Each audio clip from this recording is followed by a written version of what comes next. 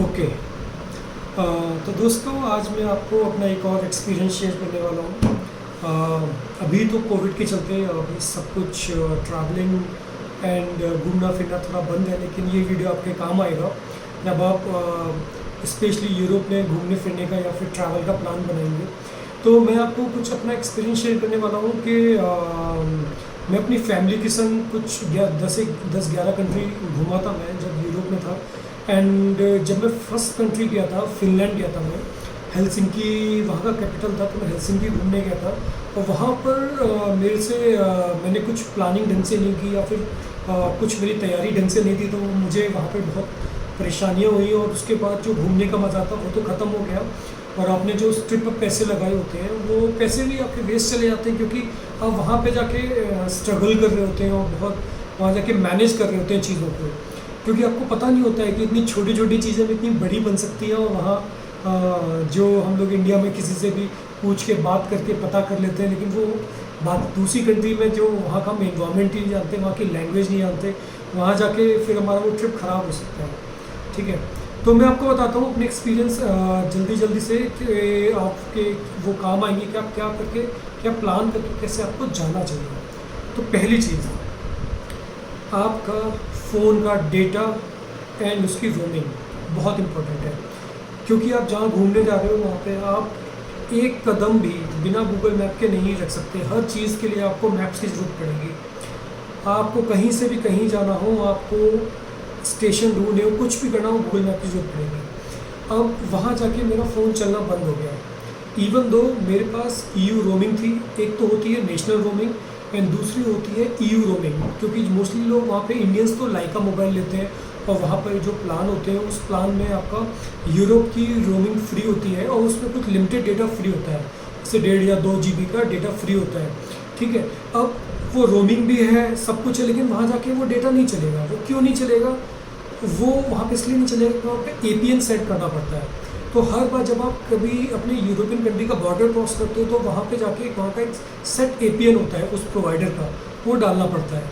हो सकता है कि AT&T या बाकी नेटवर्क में ना हो, लेकिन एटलीस्ट लाइका मोबाइल में तो मेरे को ये ढूंढने के बाद, उस एक्सपीरियंस के बाद पता चला कि वहाँ के आपकी नेटवर्क सेटिंग में जाके आपको डेटा रोमिंग में जाके वहाँ पे आप APN में जाके आपको लाइक डेटा डॉट लाइका मोबाइल डॉट, डिपेंडिंग किस कंट्री में हो, लाइक नॉर्वे में हो तो .NO, या फिर अगर फिनलैंड में हो तो FN, या डेनमार्क में हो तो उसी तरह से आपको लास्ट 2 कैरेक्टर डालने पड़ते हैं। तो ये डालने के बाद फ़ोन रीस्टार्ट करने के बाद आपका डेटा चलना शुरू होता है। तो फिनलैंड में आई फेल्ट लॉस्ट कि मेरा डेटा चलना बंद हो गया और उसके बाद कई घंटे ये मेकआउट करने लगे, मुझे किसी से हॉटस्पॉट मांगना पड़ा, रिक्वेस्ट करनी पड़ी। उसके बाद मैंने वो सब सर्च किया एंड उसके बाद मेरा डेटा चला। 2-3 घंटे लग गए उस चीज़ में, ये सब करने में, तो आधा दिन तो बेकार हो गया। तो पहली चीज़ आपको ये देखना है कि आपका APN प्रॉपर वहाँ जाके क्या चेंज करना है, अगर करना है तो EU रोमिंग है कि नहीं, और उसके लिए क्या पैक चाहिए, ये सब आप देख के जाएँ। सेकेंड थिंग, फ़ोन आपकी लाइफ लाइन है दूसरी कंट्री में। मान लीजिए आपका डेटा चल रहा है, सब कुछ चल रहा है, लेकिन फ़ोन का आप इतना हैवीली यूज़ करोगे हर चीज़ के लिए, रेस्टोरेंट ढूंढने के लिए, प्लेस ढूंढने के लिए, मैप्स के लिए, कि आपका फ़ोन बार बार उसकी बैटरी डिस्चार्ज होगी। तो ज़रूरी है कि आप इसमें पावर बैंक हो और वो पूरी चार्ज हो। और पावर बैंक मैं क्यों बोल रहा हूँ, क्योंकि हर जगह इतना इजीली आपको ना चार्ज करने के स्टेशन नहीं मिलेंगे। आपको हो सकता है कि रेलवे स्टेशन या फिर बस स्टैंड या फिर मेट्रो स्टेशन जाना पड़े, या फिर आपको स्पेशली किसी रेस्टोरेंट में कुछ खाना पीना पड़े just to recharge your phone, right. तो इसलिए ज़रूरी है कि आप पावर बैंक लेके जाएँ, और पॉसिबल है तो एक बड़ी केबल लेके जाएँ, क्योंकि केबल वहाँ लगाने के बाद आपको वहाँ बैठे बैठे आपको सर्च करना है, राइट, चीज़ों को मैनेज करना है। तो ये दूसरी चीज़ जो जिसकी वजह से मुझे प्रॉब्लम हुई, फ़ोन भी बंद हो गया था एंड उसके बाद मुझे कहीं बैठना पड़ा और उसका फ़ोन चार्ज करने के लिए।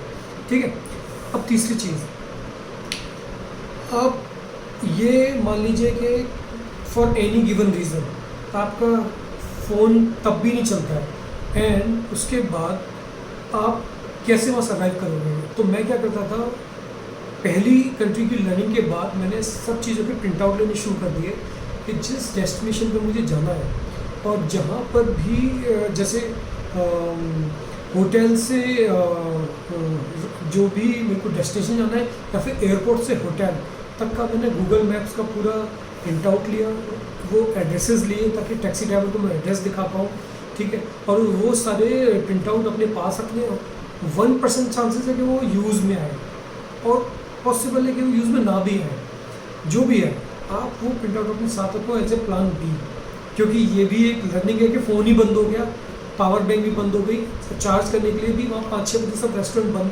मतलब रेस्टोरेंट तो नहीं लेकिन शॉप्स वहाँ पे ना 7-8 बजे के बाद बंद होने लगती हैं।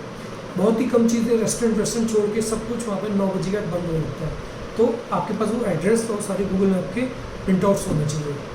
नेक्स्ट, अगर आप वेजिटेरियन हैं मेरी तरह, तो आपको वहाँ पर खाने पीने को लेकर दिक्कत आ सकती है, क्योंकि आप कहीं घूमने जाते हो तो खाना पीना आपके लिए एक जस्ट एक्टिविटी नहीं होती, वो भी आपके इन्जॉयमेंट का पार्ट होता है। अगर आपको फूड अच्छा नहीं मिलता है तो आपका वो आधा दिन बेकार हो जाता है, ठीक है।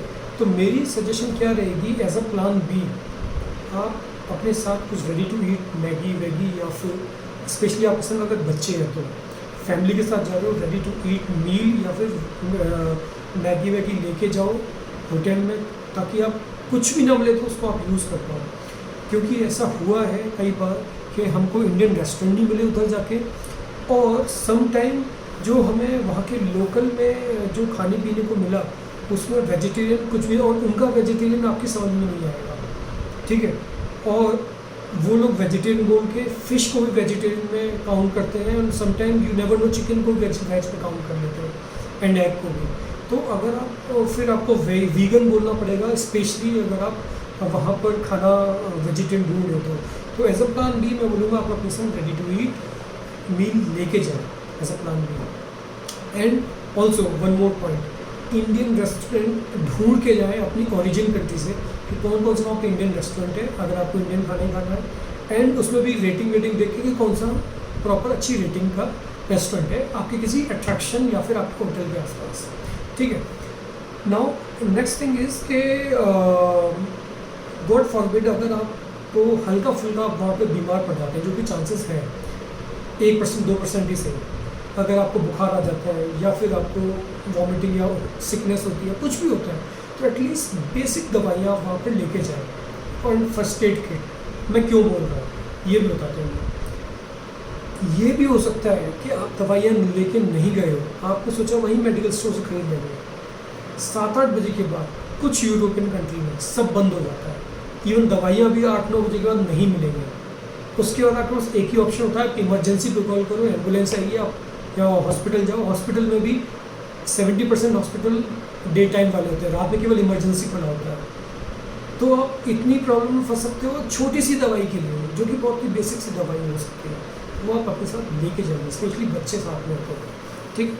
अब अगली बात, अब वहाँ पर आप जाते हो, आपको खर्चा करना है, तो आप मोस्टली लोग क्या करते हैं कि अपने पास यूरो कैश में लेके जाते हैं, ठीक है। लेकिन कुछ कंट्रीज ऐसे हैं जहाँ पे euro as a second currency है, जैसे स्वीडन या नॉर्डिक कंट्री है, स्वीडन हो गया, नॉर्वे हो गया, फिनलैंड, डेनमार्क, वहाँ की जो लोकल करेंसी है वो स्वीडिश क्रोनर या नॉर्डिक क्रोनर या फिर डेनिश क्रोनर है, ठीक है। तो उसके लिए आप क्या करो कि आप ये पता करो आपके पास जो आपकी कंट्री का वीज़ा या मास्टर कार्ड है, जो भी आपका वहाँ पे अकाउंट है, या इवन आप इंडिया से भी जा रहे हो तो आप पता करो कि वहाँ के कन्वर्जन चार्जेस क्या है। समटाइम कन्वर्जन चार्जेस इतने मिनिमम या फिर इतने रीजनेबल होते हैं कि आपको कैश में लेने की जरूरत ही नहीं, आप अपने कार्ड से यूज़ करते रहो। स्पेशली अगर वो कार्ड यूरोपियन किसी कंट्री का है तो बेस्ट ये रहता है आप कार्ड यूज़ करते रहो, बहुत ही मिनिमम चार्जेस होते हैं।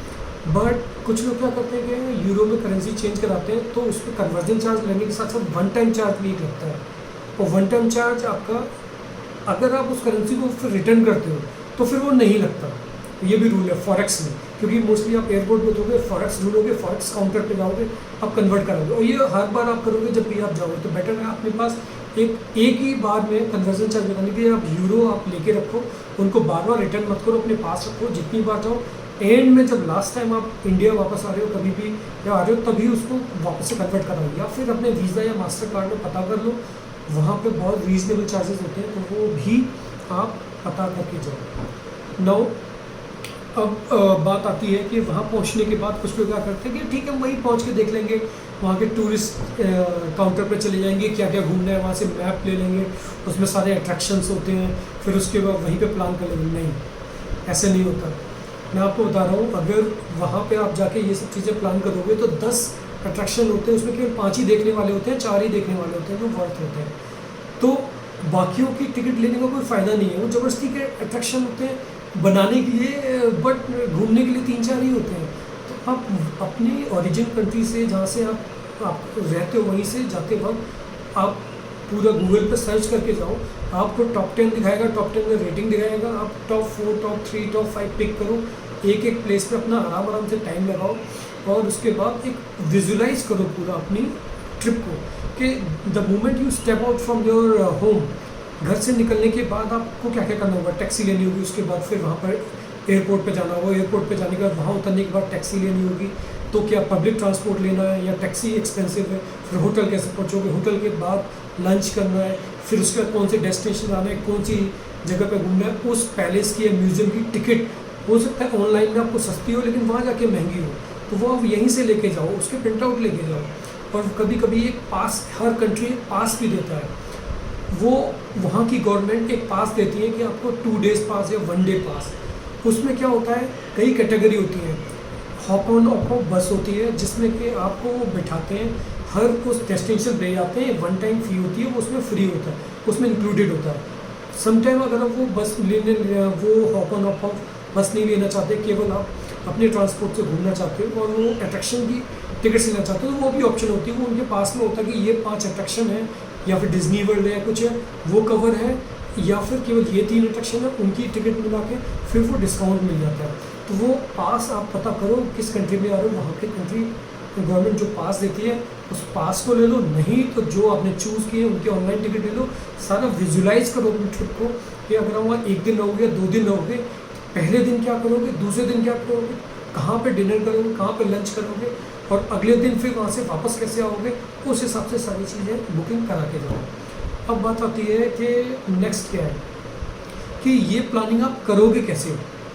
ये प्लानिंग करने के लिए आप अलग अलग वेबसाइट है, अलग अलग ऐप है, मैं प्रमोशन नहीं कर रहा किसी का, बट मैंने जो यूज़ की, मैं गो यूरो यूज़ करता था मोस्टली ट्रेन की टिकट या बस की टिकट कराने के लिए, इवन लोकल बसेस के लिए भी। एंड अगर एयरपोर्ट के लिए अगर आपको जैसे फ़्लाइट टिकट चाहिए, वो भी गो यूरो की जाती थी, अब उसका नाम बदल कुछ ओमियो हो गया है। एंड होटल बुकिंग के लिए या अगर आप घर किसी का बुक करते हो तो एयरबीएनबी एंड booking.com है, लेकिन मेरे को booking.com बेटर लगा।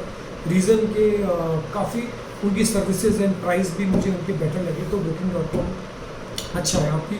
बाकी आपकी चॉइस है, आपका अपना एक्सपीरियंस है, आप जो चाहे यूज़ कर सकते हैं, बट मैंने अपना बताया। नेक्स्ट है कि अब वहाँ पर पहुँचे, कभी कभी क्या होता है कि लोकल ट्रांसपोर्ट बहुत टफ होता है। जैसे मैं हेलसिंकी जब फंसा था तो मैं एक रेलवे स्टेशन पे खड़ा हुआ था और फिर मुझे टिकट लेनी थी।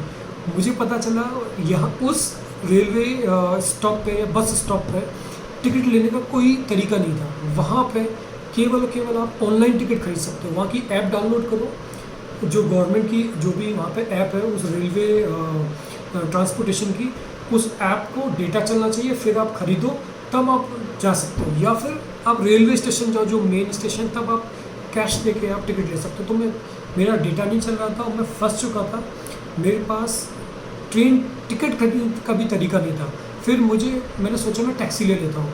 टैक्सी एक तो वो जो आपकी स्ट्रीट में निकलती है, आपने हाथ दिया और आपने रोका और चले गए, ठीक है। अब उसको बताओगे कैसे, कहाँ जाना है, आपके पास, मेरे पास वो गूगल मैप का एड्रेस भी नहीं थे, वो भी मैंने आपको बताया। दूसरी बात, लोकल टैक्सी की वहाँ पे ऐप अलग होती है। सम टाइम वहाँ पे ऊबर चलता है, सम टाइम ऊबर नहीं चलता, तो वहाँ की लोकल टैक्सी की भी ऐप पता करके जाओ कि वहाँ पे लोकल टैक्सी की ऐप है, वो डाल के लेके जाओ अपने साथ फ़ोन में, ताकि एटलीस्ट एक ये रहे आपके पास, लास्ट मिनट आप टैक्सी बुलाओ तो कुछ समझ नहीं आ रहा है, अपने होटल पहुँच जाओ, ठीक है। अब लास्ट ये 10th पॉइंट है, मैंने टॉप 10 सजेशन अपने कलेक्ट किए थे। जो लास्ट जो ऑप्शन है वो बताता हूँ मैं आपको। अगर आप यूरोप में वर्क परमिट पर रह रहे हो तो आपको चांसेस है कि आपको एक EU इंश्योरेंस कार्ड मिलता है। मुझे स्वीडन में मिला था।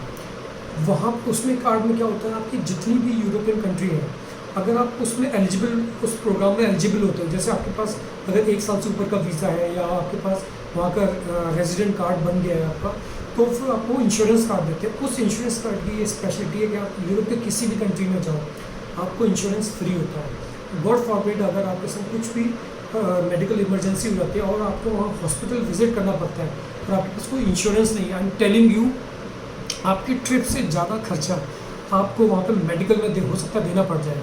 समटाइम लाखों में खर्च हो सकता है आपका, जितना आपने इमेजिन भी नहीं किया होगा वहाँ पर। तो ये चीज़ हम सोचते नहीं हैं, लेकिन हो जाती है तो हम लोग सोचते हैं कि हमने क्यों ये सोचा नहीं पहले। तो आप वहाँ पर कोशिश करो, अगर आप वहाँ पे रेजिडेंट हो या वर्क वीज़ा पे गए हो या फिर कुछ टाइम के लिए रह रहे हो फिर वापस आना चाहते हो, जो भी आपका स्टेटस है, EU इंश्योरेंस कार्ड आप पता करो एंड वो आपके पास है तो आप कवर हो पूरे यूरोप में। गॉड आई विश के वो ज़रूरत ना पड़े, फिर भी ये होना चाहिए। तो ये कुछ 10 एक्सपीरियंस थे मेरे, जो मेरी पहली ट्रिप के बाद मेरे को पता चला, कुछ पहली, कुछ दूसरी, कुछ तीसरी ट्रिप में। बट आगे की सारी ट्रिप्स में मैं पूरा फुल प्रिपेयर था कि मेरे पास ये चेकलिस्ट थी, वो मैं पूरा फॉलो करता था, बनाता था इन सारी टिकट बुक 2 महीने 3 महीने पहले, और उससे क्या होता था, सारी चीज़ें मुझे रीज़नेबल अमाउंट में पड़ जाती थी। तो ये आप अगर फॉलो करें तो आपको ट्रिप में मज़ा भी आएगा और वहाँ मैनेजमेंट में टाइम भी निकालना पड़ेगा। तो आज के लिए इतना ही, थैंक यू। कुछ नेक्स्ट टॉपिक हो तो मुझे कमेंट सेक्शन में बताइएगा, I will try to make video on that. Thank you, bye.